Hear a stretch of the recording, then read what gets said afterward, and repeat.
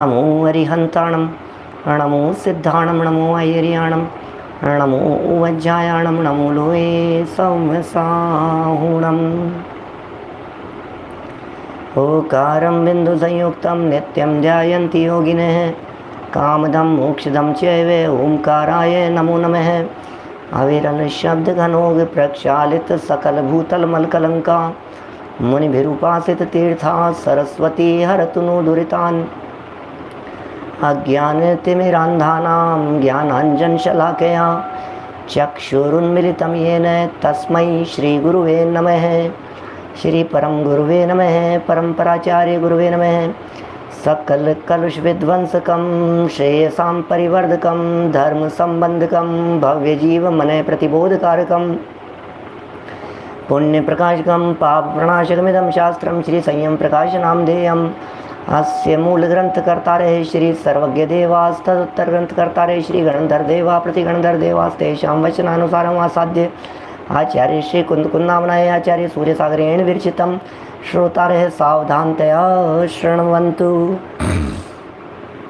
मंगलम भगवान वीरो मंगलम गौतमो गणी मंगलम कुंदकुंदाद्यो जैन धर्मोस्तु मंगलम सर्वमंगलमांगल्यम सर्वकल्याणकारिकम प्रधानम सर्वधर्माणां जैनम जयतु शासनम जैनम जयतु शासनम जैनम जयतु शासनम।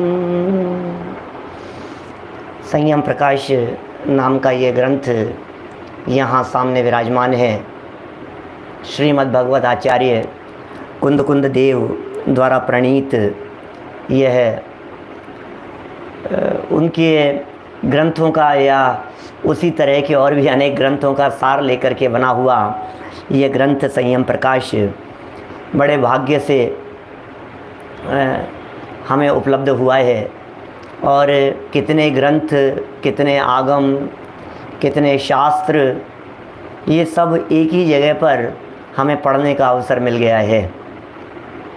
आज हम आपको ले चलेंगे कुंदकुंदाचार्य देव की शरण में, इसी संयम प्रकाश ग्रंथ के माध्यम से। ये ग्रंथ हमें वहाँ तक ले जाएगा जहाँ से कुंदकुंदाचार्य देव बैठ कर के बात कर रहे थे। कौन पूजनीय है और कौन नहीं है,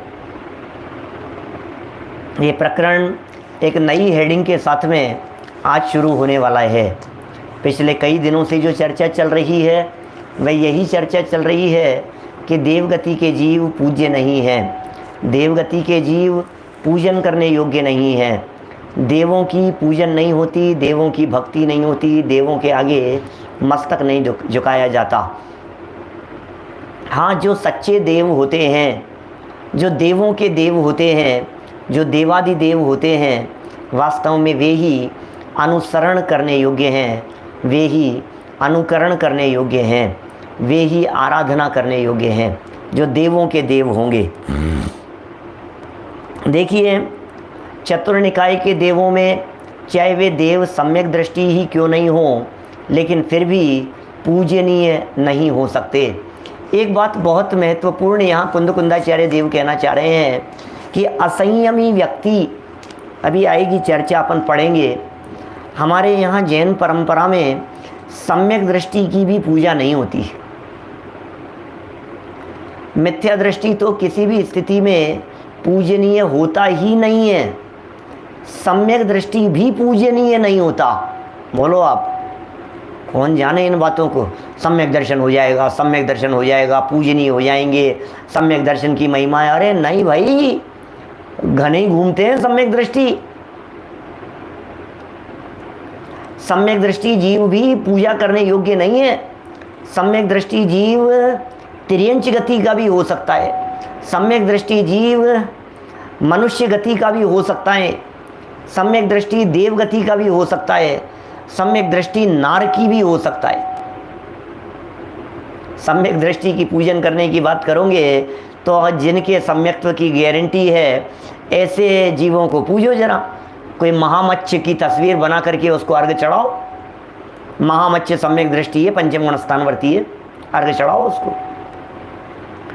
दो चारण रिद्धिधारी मुनिराजों के माध्यम से उपदेश दिया जाने वाला हिरण को फाड़ करके खाने वाला वो शेर प्रथमानुयोगी ये कह रहा है कि उस क्षण उसे सम्यक दर्शन की प्राप्ति हो गई थी। हिरण को फाड़ करके खाने वाली उस दशा को देखकर आगे चढ़ाओ, उसको नमस्कार करो, उसको वंदन करो। उसको जनवाणी ये कहती है कि वो शेर की अवस्था में वंदन करने योग्य नहीं है। क्या बोलो, बहुत गहराई से सोचना पड़ेगा भाई साहब। और सम्यक दृष्टि का पता कैसे चलेगा जितेंद्र जी? कैसे पता चलेगा कि ये जीव सम्यक दृष्टि है और ये जीव मिथ्या दृष्टि है? सम्यक दृष्टि जीव के कोई बाह्य पहचान के चिन्ह तो होते नहीं है। 700 करोड़ जीव मनुष्य गति के सम्यक दृष्टि हैं 2.5 द्वीप में। मनुष्य गति के कोई पहचान नहीं हो सकती सम्यक दृष्टि जीव की। मैं सम्यक दृष्टि हूं कि आप सम्यक दृष्टि हैं कि कौन सम्यक दृष्टि है, कोई नहीं पहचान सकता।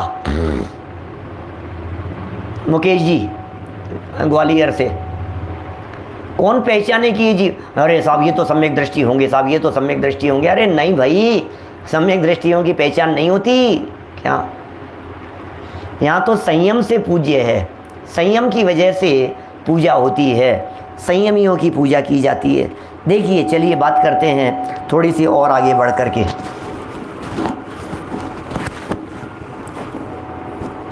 देखिए क्या कह रहे हैं आगे, पेज नंबर 594, 594 नंबर पेज पर देखिए, बीच में एक हेडिंग दिया है नीचे, कौन पूजनीय है और कौन नहीं। मिल गया? कौन पूजनीय है और कौन नहीं। सम्यक दर्शन की महिमा कम नहीं है, सम्यक दर्शन की तो अद्भुत महिमा है। क्या सम्यक दर्शन की महिमा कम नहीं कर रहे हैं हम यहाँ पर।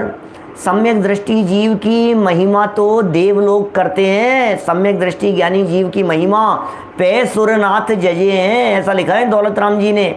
घर पे रहता है, घर में रचता पचता नहीं है,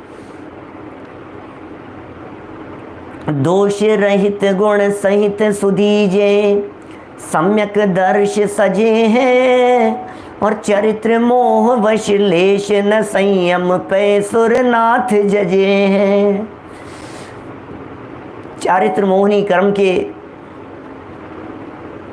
तीव्र उदय हो जाने के कारण चरित्र मोह वश लेश मात्र भी संयम नहीं होता पे, लेकिन उसके बावजूद भी सुरनाथ जजे हैं। ऐसा है, स्वयं तो जान ही सकते हैं कौन सम्यक दृष्टि होगा।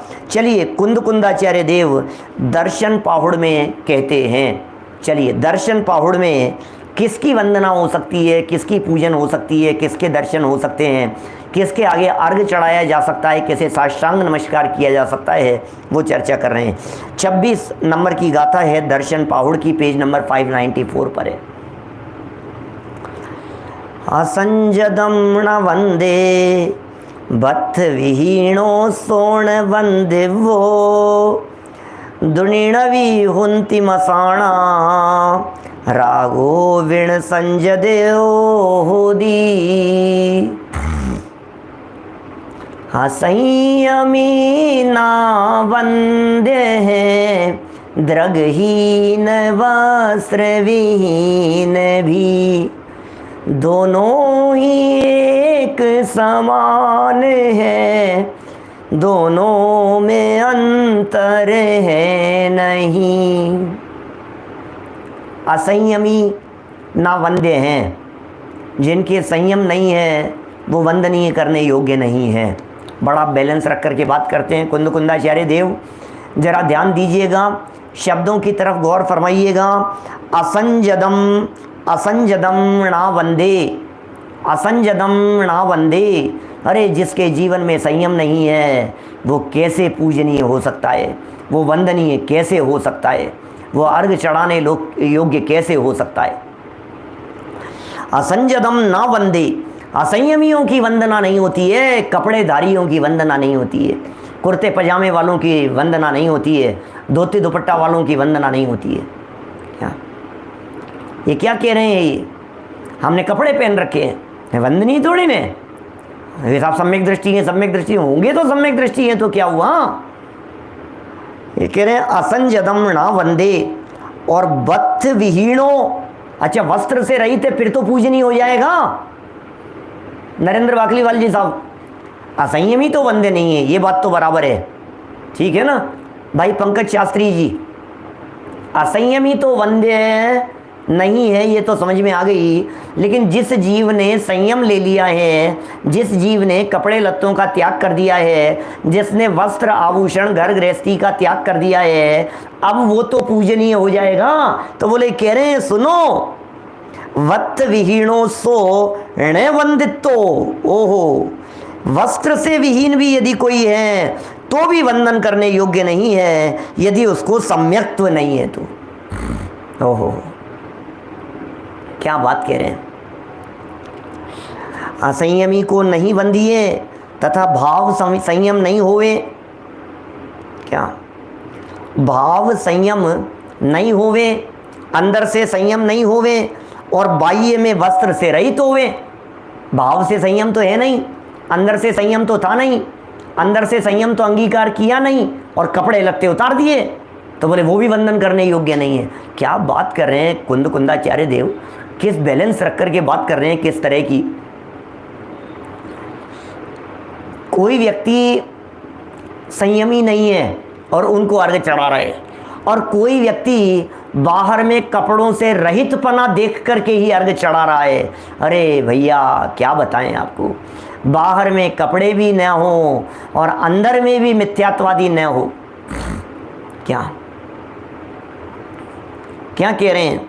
जिनका बाह्य आचरण, जिनके बाह्य जीवन से अंतरंग सम्यक्त्व की पहचान जैसा दिखाई देता हो, वास्तव में वही वंदनीय है। क्या अंदर से संयमी नहीं है, उसे कैसे पहचाने।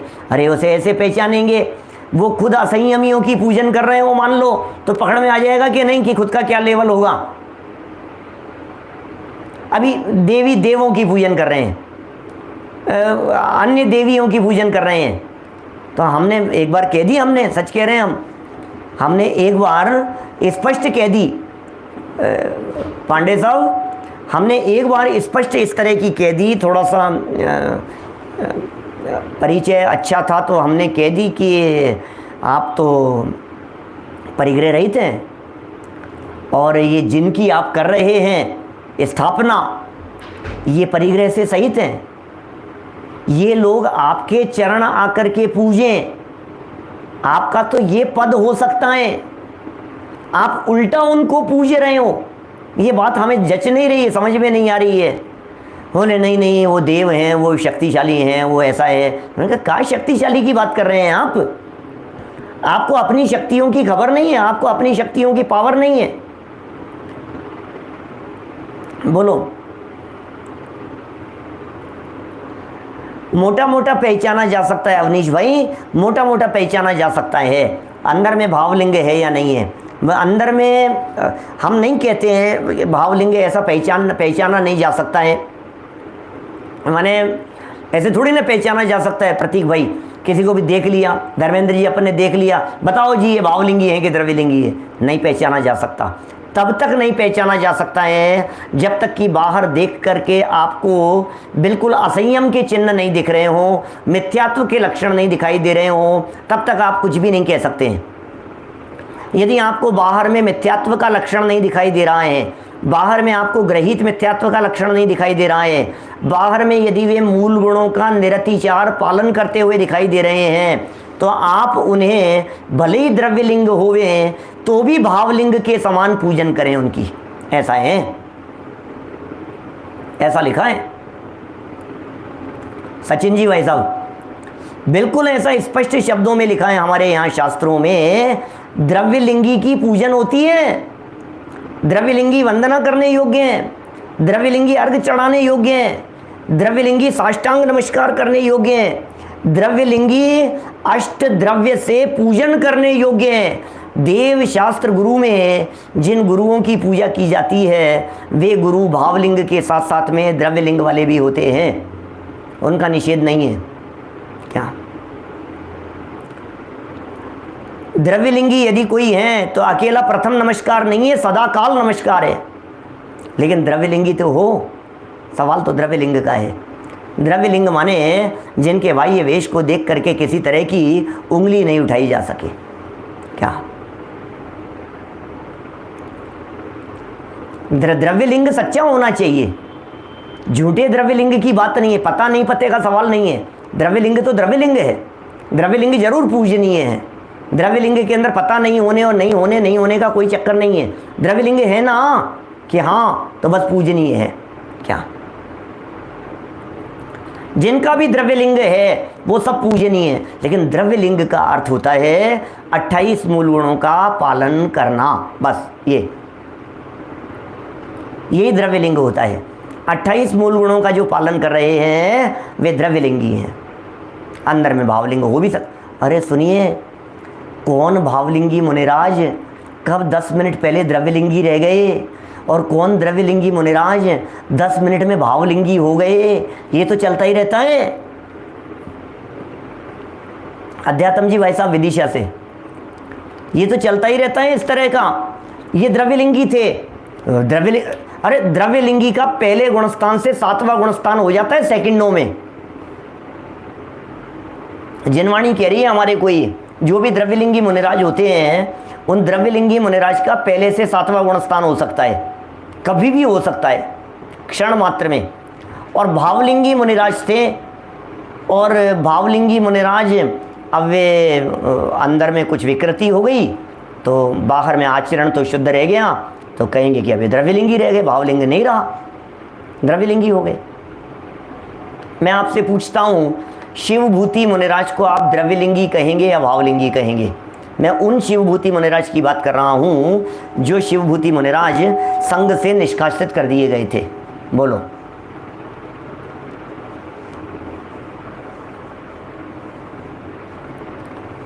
उनकी बात कर रहा हूं मैं। संघ से निष्कासित कर दिए गए, द्रव्यलिंग था उनके बाहर में, भावलिंग होने में देर नहीं लगती है। ऐसा है, कब द्रव्यलिंगी मुनि भावलिंगी बन जाए। सुनिए, एक और बात समझ लेना रमेश बुरीचा जी साहब, बहुत महत्वपूर्ण बात कह रहा हूँ। नमस्कार करना, ये चरणानुयोग की क्रिया है ना, चरणानुयोग है ना, चरणानुयोग। नमस्कार कर रहे हैं, वंदना कर रहे हैं, ढोक दे रहे हैं, पूजन कर रहे हैं, है ना, ये सब अर्घ चढ़ा रहे हैं, अर्घ समर्पित कर रहे हैं, ये सब चरणानुयोग है ना, चरणानुयोग है ये। तो चरणानुयोग सिर्फ चरणानुयोग देखता है, चरणानुयोग करणानुयोग नहीं देखेगा, चरणानुयोग द्रव्यानुयोग नहीं देखेगा। भावलिंग पना ये उनका द्रव्यानुयोग है, ध्यान देना। भावलिंग पना ये उनका द्रव्यानुयोग से देखा जा रहा है। 6ठे 7वें गुणस्थान वाले हैं, ये करणानुयोग से देखा जा रहा है।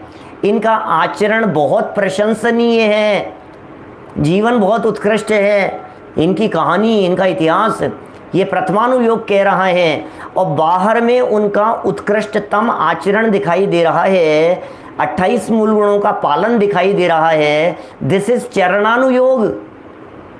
क्या समझ में आ रही है बात?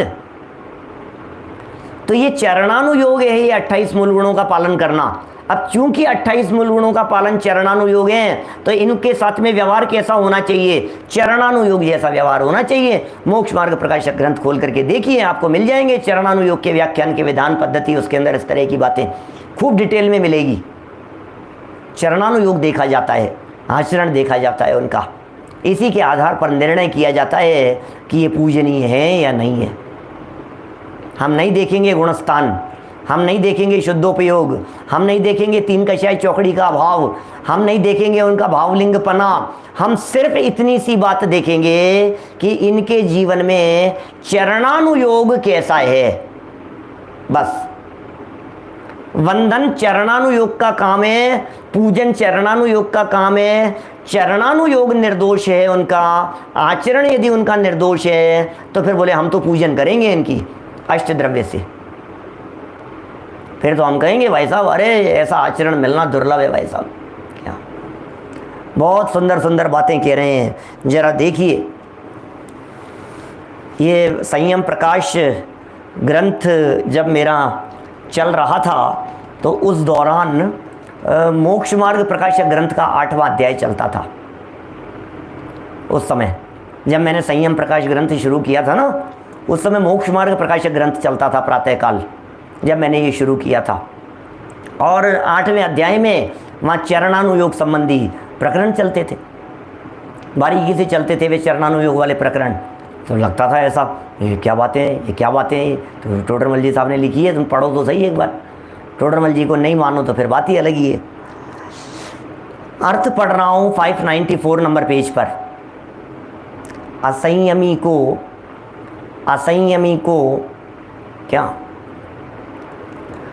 नहीं वंदिए, क्या असंयमी को नहीं वंदिए तथा भाव संयम नहीं होए, भाव से संयम नहीं होए और बाह्य वस्त्र रहित होए। क्या असंयमी को नहीं वंदिए, असंयमी की वंदना नहीं कीजिए तथा भाव संयम नहीं होए, भाव संयम नहीं होवे। और सिर्फ वस्त्र नहीं है, भाव संयम भी नहीं है और वस्त्र भी नहीं होए, रहित होए, सो भी बंधवे योग्य नहीं है, क्योंकि ये दोनों ही संयम रहित है। लो, इनमें एक भी संयमी नहीं है, इन्हें संयमी कहते ही नहीं है भाई साहब। संयम तो कुछ और चीज है। देखिए 595 नंबर पेज की बात कर रहे हैं आगे। उत्तर पुराण में, वर्धमान पुराण में कहा है, उत्तर पुराण में, आप जानते हैं उत्तर पुराण क्या है? ये जिन सेनाचार्य देव ने ग्रंथ लिखा, एक लिखा आदि पुराण और एक लिखा उत्तर पुराण। आदि पुराण जितना मोटा है, जितना बड़ा है, जितना विशाल है आदि पुराण, जिन सेन आचार्य की बात कर रहा हूँ, वो आदि पुराण ग्रंथ में आदिनाथ भगवान के जीवन चरित्र का विस्तृत वर्णन है। 700-800 पेज का होगा, 600-700 पेज का होगा आदि पुराण। तो अब ये हो गया आदि पुराण 600-700 पेज का। इसके बाद में उन्होंने लिखा आदिनाथ भगवान का जीवन चरित्र हो गया। अब अजितनाथ भगवान से लेकर के महावीर भगवान तक 23 तीर्थंकरों का जीवन चरित्र लिखा, उसका नाम है उत्तर पुराण। और वो उत्तर पुराण भी उतना ही बड़ा है जितना बड़ा आदि पुराण है। क्या बात कर रहे हो? एक तरफ अकेले आदिनाथ भगवान का वर्णन है, दूसरी तरफ 23 तीर्थंकरों का वर्णन है। आदिनाथ भगवान के वर्णन में 600 पेज लिखे और 23 तीर्थंकरों का वर्णन करने में अजितनाथ स्वामी, संभवनाथ स्वामी, अभिनवनाथ स्वामी, सुमतिनाथ, पद्मप्रभ स्वामी, सुपार्श्वनाथ स्वामी, चंद्रप्रभ स्वामी, सब तीर्थंकरों का, बोले उतने ही पेज में। ये क्या चक्कर है? इसको कहा आदि पुराण और इसको कहा उत्तर पुराण। क्या मतलब साहब, बोलो? ये आदि पुराण है और ये उत्तर पुराण है। तो बोले ये इतना छोटा कैसे रह गया? बोले आदि पुराण में जिनका वर्णन किया था पंच कल्याणकों का, अब यहाँ उत्तर पुराण में दोबारा उन पंच कल्याणकों का एक एक तीर्थंकर के लिए रिपीटेशन करने की जरूरत नहीं है। जैसे आदिनाथ भगवान के लिए देव आए थे, वैसे अजितनाथ भगवान के लिए आए। जैसे आदिनाथ भगवान को मेरू पर्वत पर बैठा करके, सुमेरु पर्वत पर पांडुक शिला पर बैठा करके जन्माभिषेक हुआ था, क्षीर सागर का जल लेकर के आए थे, कलश का वर्णन कर रहे हैं, इनका वर्णन कर रहे हैं, सब चीज़ों का। बोले वो सारी बातें रिपीट थोड़ी ना करनी है 23 तीर्थंकरों के लिए। इनका गर्भ कल्याणक मनाया था तो इतनी देवियाँ, इस तरह से गर्भ शोधन, इस तरह से वर्णन, गर्भ कल्याणक मनाया गया, उत्सव मनाया गया, फिर जन्म कल्याणक मनाया गया, फिर दीक्षा कल्याणक में ऐसा ऐसा हुआ, फिर केवल ज्ञान कल्याणक के अंदर ऐसा समोक्षरण बन गया, ऐसी समोक्षरण की रचना हो गई। बोले रिपीट करने की जरूरत नहीं है, उक्तम च पहले जैसा कहा है वैसा समझ लेना। तो इस तरह से आदि पुराण और उत्तर पुराण ये दोनों मिलकर के पूरा नाम कहलाता है 24 तीर्थंकर पुराण। 24 तीर्थंकर पुराण अलग भी है और आदि पुराण और उत्तर पुराण इन दोनों को मिलाकर के भी 24 तीर्थंकर पुराण हैं। तो उत्तर पुराण में भगवान महावीर स्वामी का वर्णन जहाँ हुआ है 24वें तीर्थंकर का, उसे कह रहे हैं वर्धमान पुराण में कहा है। क्या कहा है? इति तद्भाषितं श्रुत्वा वरिष्ठः श्रावकेष्वहं नान्यलिंगी नमस्कारं कुर्वे केनापि हेतुना। इस प्रकार तापसी के वचनों को सुनकर सेठ कहने लगा कि मैं श्रेष्ठ श्रावक हूँ। धय हो गया है, धावक नहीं, श्रावक। क्या लिख रहे हैं? इस प्रकार तापसी के वचनों को सुनकर सेठ कहने लगा कि मैं श्रेष्ठ श्रावक हूँ, इसलिए रागी द्वेषी अन्य लिंगिनी को नमस्कार नहीं करूँगा। ये क्या लिख रहे हैं? ये कह रहे हैं, स्पष्ट शब्दों में उन्होंने कह दिया कि मैं रागी द्वेषी को नमस्कार नहीं करूँगा, अन्य लिंगों को नमस्कार नहीं करूँगा, मैं श्रावक हूँ। अरे भैया, श्रावक का मस्तक अन्य लिंग वालों के यहाँ नहीं झुकता है, श्रावक का मस्तक कुलिंगियों के आगे नहीं झुकता है, श्रावक का मस्तक कहीं नहीं झुकेगा विपरीत मान्यता वालों के आगे। क्या ध्यान दीजिएगा क्या लिख रहे हैं, एक एक बातें कितनी गंभीर है। क्या भैया, कोई भी किसी भी प्रकार की निंदा और आलोचना कभी किसी की ना करें। निंदा और आलोचना कभी किसी की भी नहीं की जानी चाहिए, कोई भी हो, चाहे नामोल्लेख तो हम किसी का करते ही नहीं है, किसी का भी नहीं किया जाना चाहिए। सबका अपना पद है, सबकी अपनी गरिमा है, सबके अपने अपनी योग्यता सामर्थ्य है, इसलिए बराबर हमें सबकी गौरव गरिमा को यथा योग्य रीति से ध्यान में रख कर के ही बात करनी चाहिए। देखिए,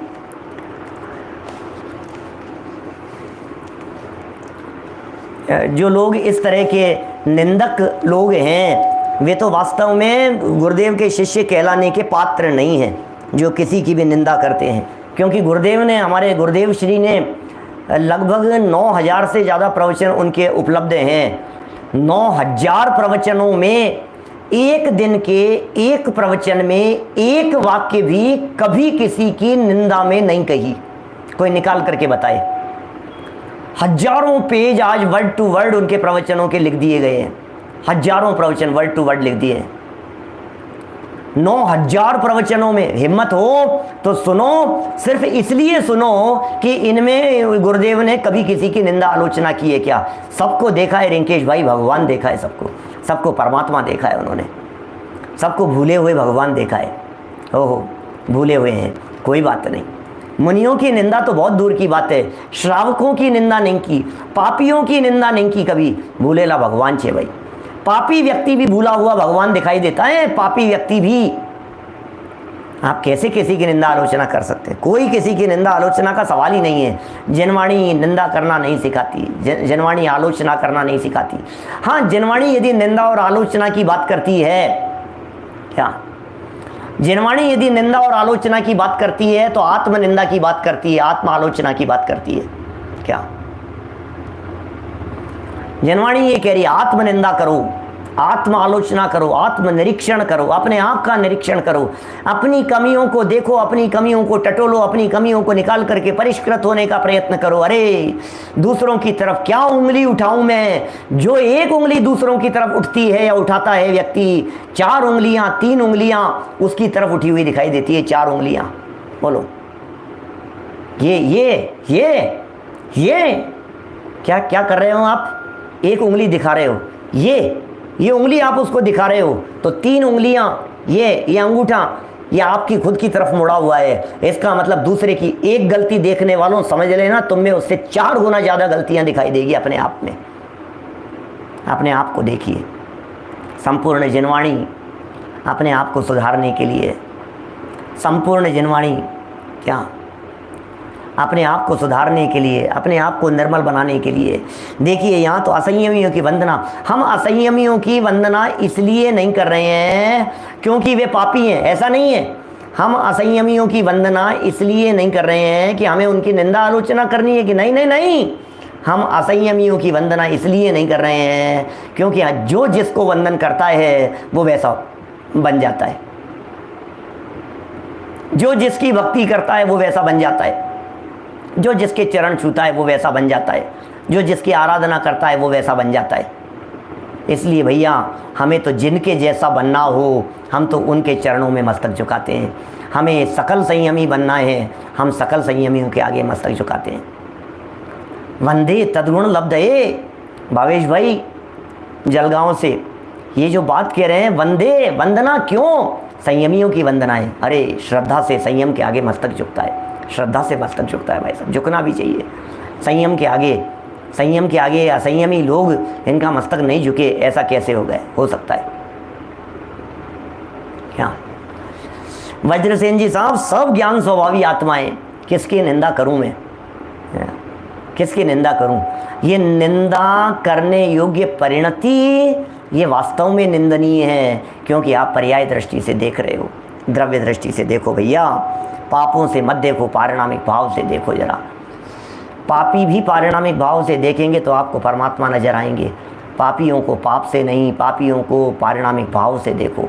जब पारिणामिक भाव से देखते हैं, पंचम पारिणामिक भाव से देखते हैं, तो हमें वे पापी नज़र नहीं आते हैं, हमें वे परमात्मा नज़र आते हैं। क्या पता कौन सा कमठ कब तिर जाए, क्या पता कौन सा अंजन चोर कब सारी पाप छोड़ करके, सप्त व्यसनों को छोड़ करके परमात्मा बन जाए। क्या पता विद्युत चर चोर जो चोरी करने के भावना से आया था, चोरी करने के भावों से आया था जम्बू स्वामी के यहाँ, और अपने 500 चोरों को साथ में लेकर के आया था, क्या पता कब उसका परिणाम बदल जावे और वो दीक्षा लेकर के और जम्बू स्वामी से साथ साथ में मोक्ष चले जावे, सिद्धालय में जाकर के विराजमान हो जावे। क्या पता किसका जीवन कब बदल जावे। दूसरे के ऊपर क्या उंगलियां उठाएं भाई साहब हम। पापी से पापी जीव भी सुधरते हुए देखे हैं, कीचक जैसे जीव सुधरते हुए देखे हैं, अपराधी पापी खोटे से खोटे जीव, अरे रावण जैसे पापी जीव, कंस जैसे पापी जीव, इन सब के भी तिरने के उल्लेख हमारे यहाँ शास्त्रों में आए हैं। रावण भी निर्वाण प्राप्त कर लेगा, रावण भी तीर्थंकर बन जाएगा। आप सोचिए, तीर्थंकर बन जाएगा रावण। रावण रावण रावण किसी व्यक्ति से कह दो रावण, तो वो ऐसा समझता है जैसे कितनी बड़ी गाली दे दी हो मेरे को, रावण कह दिया। पता नहीं कैसा बदनाम हो गया है हमारे यहाँ भारतीय संस्कृति में, वो रावण हो गया बदनाम। एक वाक्य पर आज ही चर्चा चल रही थी, जाही पाप रावण नरक गयो, ताही पाप लोगों ने खिलौनों कर राख्यो है। कमल चंद जी साहब पिड़ावा वालों के साथ में आज बैठे हुए थे दिन में, और चर्चा चल रही थी। ओह भैया, जिस पाप से रावण नरक चला गया, दुनिया भर में वो पाप दिखाई दे रहे हैं। कोई बात नहीं, शंभू कुमार का जीवन देखो, प्रद्युम्न कुमार का जीवन देखो, कैसे कैसे पाप करने वाले दिखाई देंगे। ओ भैया सुनो, वो सब जीव तिर गए, आराधना करने लग गए, सारे पाप उन्होंने छोड़ दिए। पाप छोड़ देने के बाद में क्या है, फिर तो परमात्मा भी बन सकते हैं। कोई भी व्यक्ति कभी भी छोड़ सकता है। देखिए सेठ ने क्या कह दिया, सेठ ने ये कह दिया किससे, उस तापसी के वचनों को सुन करके ये कह दिया कि मैं तो श्रेष्ठ श्रावक हूँ मैं, इसलिए रागी द्वेषी अन्य लिंगी को नमस्कार नहीं करूँगा। मैं श्रेष्ठ श्रावक हूँ, रागी द्वेषी को वंदन नहीं करूँगा, अन्य लिंगियों के आगे अपना मस्तक नहीं झुकाऊंगा मैं। क्या रावण का एक नाम रिंकेश था। रिंकेश भाई, गजब बात कह रहे हो आप अपने ही नाम के बारे में हैं? वो तो रिंकेश होगा, हो सकता है रिंकेश नाम रखा हो उसका, और बाद में फिर जब बाली मुनिराज के माध्यम से उसको कैलाश को दबाया गया कि ऊपर साधना कर रहे थे मुनिराज, बाली मुनिराज, और रावण ने अपनी शक्ति प्रदर्शन करते हुए कैलाश को उठा लिया, तो बाली मुनिराज ने अपने पैर के अंगूठे से, उन्हें भी विकल्प आ गया, रिद्धिधारी थे बाली मुनिराज, उन बाली मुनिराज ने पैर से दबाया, अंगूठे से, पैर का जो अंगूठा होता है ना, उस अंगूठे को हल्का सा दबाया और रोने लग गया, तो रोने पड़ गया उसका नाम, रोवण रोने वाला, क्या उसका हेम टूट गया। तो वो जो रोवण्या था वो रोवण्या बदल करके रावण हो गया, ऐसा है। रिंकेश के लंकेश, देखिए जो भी है, लेकिन रावण जो नाम पड़ा है ये उसके रोने की वजह से पड़ा है। बचाओ बचाओ आऊँ चलने लगी उसके जीवन में, तब जाकर के वो फिर पैरों में आकर के पड़ गया। बाद में फिर उन्होंने शिथिल छोड़ा और उसकी अकल ठिकाने आ गई, ऐसा तब जाकर के बाद में उसका नाम रोवण्या हो गया, रावण ऐसा नाम पड़ा उसका। चलिए आगे कहते हैं, इसी तरह की और बात कहते हैं, और प्रमाण प्रस्तुत करते हैं यहाँ पर। पंचव महावय जुतो 5 महाव्रतों से संयुक्त। पंच महावय जुत्तो तिहि गुत्ती जोस संजदो होदी निगंथ मुख मग्गो सो होदी हु वंदने जेय। अर्थ, जो आत्मा पंच महाव्रत करी युक्त 3 गुप्ती करी संयुक्त होए सो संयत संयमवान है। बस 28 की भी ज़रूरत नहीं है, और लो 28 मूल गुणों की भी ज़रूरत नहीं है। हमारे यहाँ शास्त्रों में वंदनीय मुनिराजों की चर्चा करते समय अष्ट प्रवचन मात्रिका वाले मुनिराजों को पूजनीय कह दिया गया है। मुनि होने के लिए, निर्वाण जाने के लिए 28 मूल गुणों का यदि ज्ञान नहीं है और सिर्फ अष्ट प्रवचन मात्रिका का ज्ञान है, अष्ट प्रवचन माता का यदि ज्ञान है, जिनमें 5 महाव्रत और 3 गुप्ती आते हैं, 5 महाव्रत और 3 गुप्ती, बस इतना सा यदि उत्कृष्ट रीति से पालन हो रहा है तो बोले हो गया काम। इतना ही है, 5 महाव्रत और 3 गुप्ती। जो आत्मा 5 महाव्रत करी युक्त 3 गुप्ती करी संयुक्त होए सो संयत संयमवान है। जो इनसे संयुक्त होता है वो संयमवान है। सो ही निर्ग्रंथ मोक्ष मार्ग है, वही स्तवन करने योग्य तथा वंदन करने योग्य है। और कोई वंदवे माने स्तवन करे योग्य नहीं है, और कोई भी क्यों न हो वे स्तवन करने योग्य नहीं है, वंदन करने योग्य नहीं है, नमस्कार करने योग्य नहीं है। अरे ऐसी गाथाएं इतनी लिखी है। 5 समिति 3 गुप्ती हैं, यहाँ 5 महाव्रत लिखा है इन्होंने, पंच महावय जुत्तो ऐसा है। 5 समिति 3 गुप्ती भी कहते हैं अष्ट प्रवचन मात्रिका के रूप में, 5 समिति 3 गुप्ती भी कहा जाता है। लेकिन जिस गाथा को अभी अपन ने यहाँ प्राकृत निबद्ध यहाँ पढ़ा है, यहाँ 5 महाव्रत के साथ में 3 गुप्तियों की बात कही गई है ना। पंच महावय जुत्तो और 3 गुप्ती 3 गुप्ती ऐसा है। देखिए, जो आत्मा 5 महाव्रत करी संयुक्त हैं, इनसे संयुक्त हैं, संयत हैं, संयमवान है, यही पूजनीय है। इनमें 28 एक्चुअल में क्या है, 28 में से आप क्या देखेंगे? उनका उठना बैठना चलना बोलना यही तो देखेंगे, उनकी साधना ही तो देखेंगे। मन वचन काय पर कंट्रोल है कि नहीं है, गुप्ती है या नहीं है, काय गुप्ती है या नहीं है, वचन गुप्ती है या नहीं है, ये सब दिख जाता है। तो इससे पकड़ में आ जाते हैं कि ये मुनिराज पूजनीय है या नहीं है, कैसे चल रहे हैं। अब 5 समिति और 3 गुप्ती की बात करो तो गुप्ती निर्वृत्ति रूप है और समिति प्रवृत्ति रूप है। यद्यपि टोडरमल जी साहब ने इनमें दोष निकाले हैं, गलतियां निकाली है इस तरह की व्याख्या करने में, लेकिन फिर भी मोटे मोटे तौर पर तो यही व्याख्या की जाएगी ना। जैसे आहारचर्या के लिए निकले मुनिराज, तो आहारचर्या के लिए निकले तो एषणा समिति का पालन हो रहा है कि नहीं। कमंडल को उठाया धरा, बोले आदान निक्षेपण समिति है या नहीं। मुनिराज बोल रहे हैं, बोले भाषा समिति है या नहीं। बोले मुनिराज चल रहे हैं, बोले ईरिया समिति है या नहीं। क्या मलमूत्र के लिए जा रहे हैं, निर्दोष स्थान देख करके कर रहे हैं, बोले प्रतिष्ठापन समिति है या नहीं।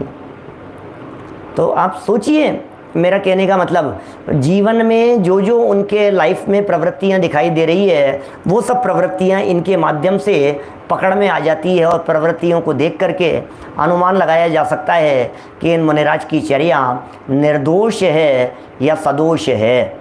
सदोष हो तो उपगूहन का पालन कीजिए, और निर्दोष हो तो बहुत दृढ़तापूर्वक उनकी स्तुति वंदना और जो भी यथा योग्य विनय जो हो सकती है वो बराबर कीजिए। सूत्र पाहुड़ की 13 नंबर की गाथा यहाँ प्रस्तुत कर रहे हैं। सूत्र पाहुड़ की 13 नंबर गाथा। अवशेष जे लिंगी दंसण नाणेण सम संयुक्ता चेले गाय परिगहिया ते बणिया इच्छाणे जाय। जे दिगंबर मुद्रा सिवाय जे दिगंबर मुद्रा सिवाय, ओहो क्या कह रहे हैं, जे माने जो, दिगंबर मुद्रा सिवाय अवशेष लिंग जो उत्कृष्ट श्रावक का, ओहो जो जे दिगंबर मुद्रा सिवाय, दिगंबर मुनिराजों के अलावा बाकी जितने भी अवशेष लिंग, अवशेष लिंग कौन से कह रहे हैं, जो उत्कृष्ट श्रावक का लिंग है तथा आर्य का सम्यक दर्शन ज्ञान करी सहित है, सो भी इच्छाकार करने योग्य है। बस ये 3 ही लिंग हैं जिनकी वंदना हो जाती है।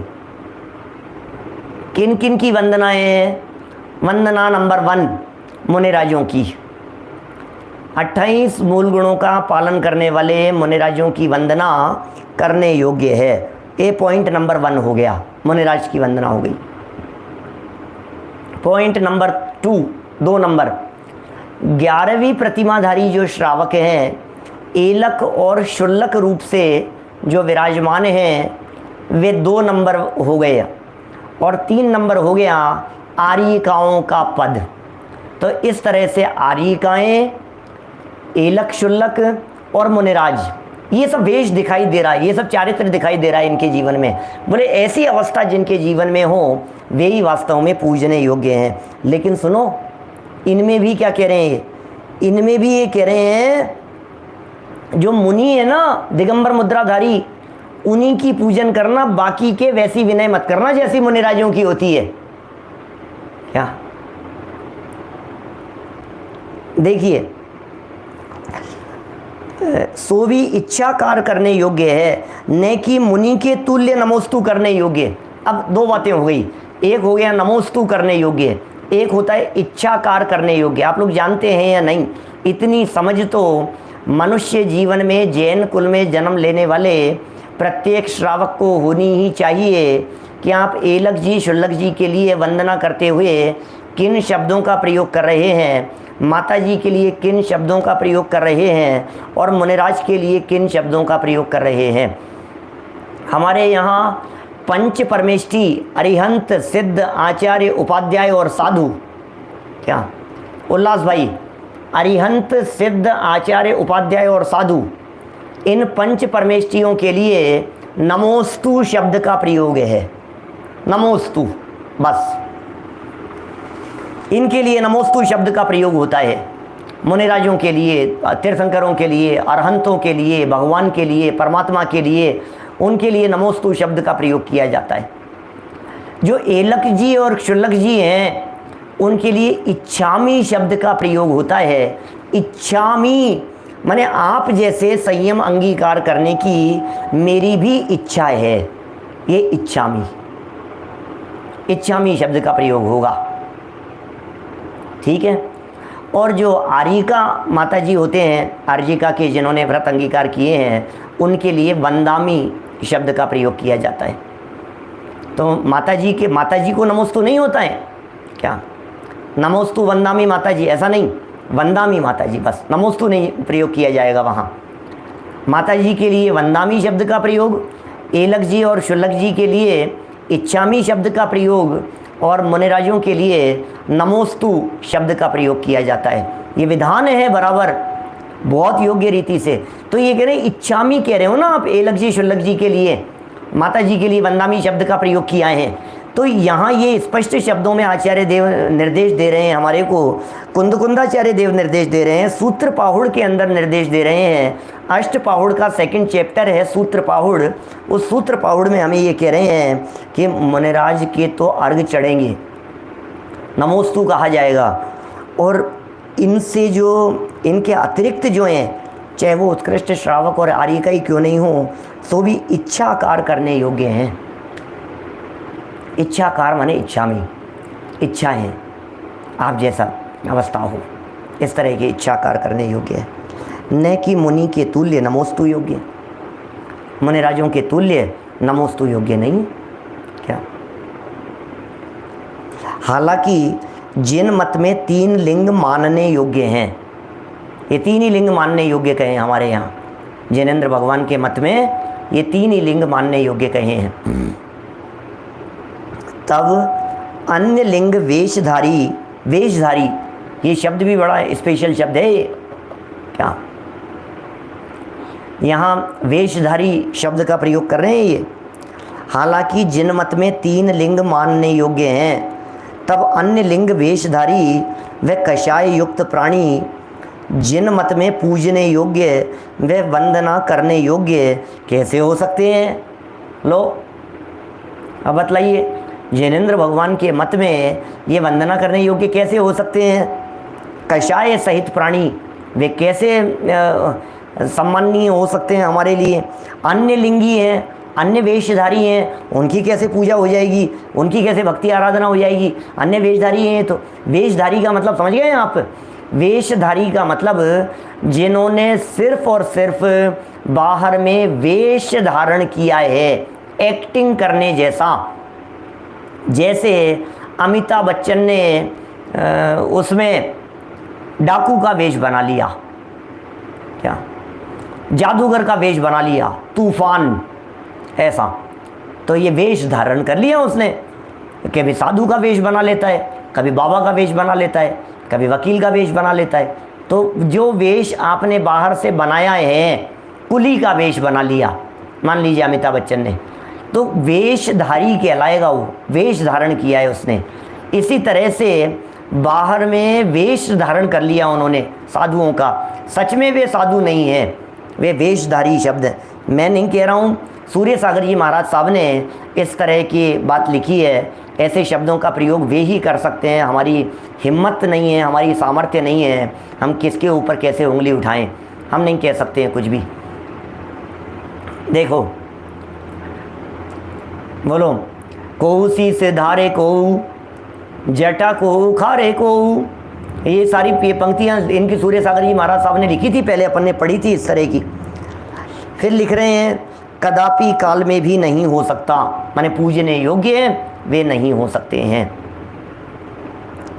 याते इसलिए जो प्रकरण चल रहा था उस प्रकरण से इस प्रकरण को जड़ा जोड़ करके देखिए तो कहते हैं याते यह क्षेत्रपाल पद्मावती वगैरह है पूजन करने योग्य या वंदना करने योग्य नहीं हो सके।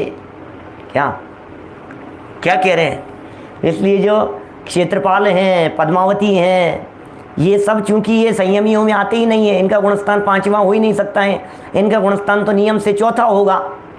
क्या भाई, ये जिनका गुणस्थान नियम से 4था ही हो सकता है, देवगति के अंदर 4 से ऊपर 5वें गुणस्थान की पॉसिबिलिटी ही नहीं है वहाँ, तो वो तो नियम से ही असंयमी हो गए ना। इसलिए चाहे वे क्षेत्रपाल जी हों, चाहे वे पद्मावती जी हों, चाहे वे धर्मेंद्र जी हों, चाहे वे और भी कोई हों, चाहे वे सौधर में इंद्र ही क्यों नहीं हों, वे भी बराबर यहाँ नहीं आएंगे। ठीक है ना। सामने पूछ रहे हैं भट्टारक जी किस श्रेणी में आएंगे। वास्तव में भट्टारक जी जो हैं, इन सब का वेश प्रतिमाधारी श्रावकों के रूप में होता था, हुआ करता था। आज क्या स्थिति में है, क्या है, मैं नहीं कह सकता, लेकिन उनकी जो स्थिति, एग्जैक्ट पोजीशन जो भट्टारक जी की है, वो 11वीं प्रतिमाधारी के, 10वीं 11वीं प्रतिमाधारी के समकक्ष मानी गई है, क्योंकि वो उसी तरह का वेश, उसी तरह की पीछे और उसी तरह का आचरण योग्य होना चाहिए। तो वे 10वीं 11वीं प्रतिमाधारी श्रावक के समान हो सकते हैं। क्या लेकिन ये सब दिखता नहीं है, तो फिर वो गृहस्थों जैसे दिखाई देते हैं सब, वो फिर बाहरी इसी तरह का सब कुछ दिखता है, तो सब गड़बड़ हो जाता है सब चीज़ें। और 5वां गुणस्थान भी क्षेत्रपाल पद्मावती के पूजन करेंगे तो 5वां गुणस्थान भी नहीं हो सकता है ना। तो याते हैं माने इसलिए यह क्षेत्रपाल पद्मावती वगैरह पूजन करने योग्य व वंदन करने योग्य नहीं हो सके, ये नहीं हो सकते हैं। ग्रंथों में आचार्यों ने जितने भी दृष्टांत दिए हैं, क्या जितने भी दृष्टांत ग्रंथों में दिए गए हैं, शास्त्रों में दिए गए हैं, आगम ग्रंथों में दिए गए हैं, उन सब में देवों की तरफ से मनुष्यों की सेवा की गई है। शास्त्रों के दृष्टांतों को यदि खोल खोल करके देखो तो देवों की तरफ से, देवों ने आकर के थाल लेकर के आकर के सजा के ला करके मनुष्यों की सेवा की गई है, न कि मनुष्यों की तरफ से देवों की। मनुष्यों ने कभी देवों की भक्ति पूजन आराधना नहीं की। इसलिए कहीं नहीं करना ऐसा। आपके यहाँ अहमदाबाद में, आपके यहाँ मुंबई में कितने लोग, सब राजस्थान में उनके गांव हैं, बेंगलोर में राजस्थान में गांव है, वहाँ हमारी कुल देवी है, वहाँ देवी की मान्यता है, वहाँ हम जाएंगे, हमारे वहाँ मान्यता है, वहाँ देवी के यहाँ तो साल में एक बार जाना पड़ता है, वहाँ उत्सव होता है, वहाँ अरे क्या वो उलझ गए भैया, कहाँ उलझ गए बोलो। मनुष्यों की तरफ से देवों की पूजा कभी नहीं की गई है, परंतु भट्टारक लोगों ने इन देवों को पूजने योग्य बना दिया। ये आश्चर्य। अब ये हुई होंगी कुछ इस तरह की परिस्थितियाँ, इसलिए बार बार में ये आक्षेप लगाते हैं सूर्य सागर जी महाराज भट्टारकों के ऊपर। लेकिन भट्टारक जी जो हों, भाई यथा योग्य रीति से जब जहाँ जिस तरह की परिस्थिति हो उस तरह से उन्हें स्वीकार करना है ना। माने भट्टारक लोगों ने ये काम किया होगा, उसकी वजह से पूरी भट्टारक कौम बदनाम हो गई, ऐसा नहीं होना चाहिए। जैसे जैनियों के बारे में कहते, जैनी लोग, अरे सभी जैनी ऐसे थोड़ी ना होते हैं। जैनी लोग तो बहुत घोटाले के अंदर, देखो आप, चीनी घोटाले में उनका नाम, ये घोटाले में उनका नाम, वो घोटाले में जैनियों का नाम। जैनियों ने तो हालत ही बहुत ख़राब है जैनियों की। अरे भाई क्या बात कर रहे हो, उन्होंने उसको फॉलो नहीं किया इसलिए उनका नाम इस तरह से उछल रहा है। जैन तो ऐसे होते नहीं हैं। इसके संबंध में कितने ग्रंथों का प्रमाण दिया जाए, सभी जगह भगवान सर्वज्ञ देव की पूजा भक्ति से ही सब कुछ हो जाना लिखा है। इसका मतलब जहाँ जहाँ जो जो अच्छा कार्य होने की बात कही गई है, सब भगवान अनंत देव की पूजन भक्ति के बारे में ही लिखी गई बातें हैं। कल हमने कितनी बातें कही थी आपसे, चाहे पूजन का प्रसंग हो, चाहे विधान का प्रसंग हो, चाहे घर गृहस्थी के प्रसंग हो, माने गृह प्रवेश का प्रसंग हो, नांगल का प्रसंग हो, उद्घाटन का प्रसंग हो, शादी विवाह के प्रसंग हो, सभी प्रसंगों में एकमात्र पूजन भक्ति सर्वज्ञ वीतराग जिनेंद्र देव की ही होती है, अन्य किसी की पूजन भक्ति आदि नहीं होती है। विश्वास एवं विचार की आवश्यकता है, बस आपको विश्वास रखना होगा। आप विचार कीजिए गंभीरता से, आप विश्वास रखिए हम जो बात कह रहे हैं या आगम प्रमाण से बात कह रहे हैं। और यदि आपको फिर भी भरोसा नहीं हो तो आप कल आइए हमारे बीच में, हम आपको कल दिखाएंगे। कल हम आपको एक एक करके उदाहरण देंगे, कहानियाँ बतलाएंगे।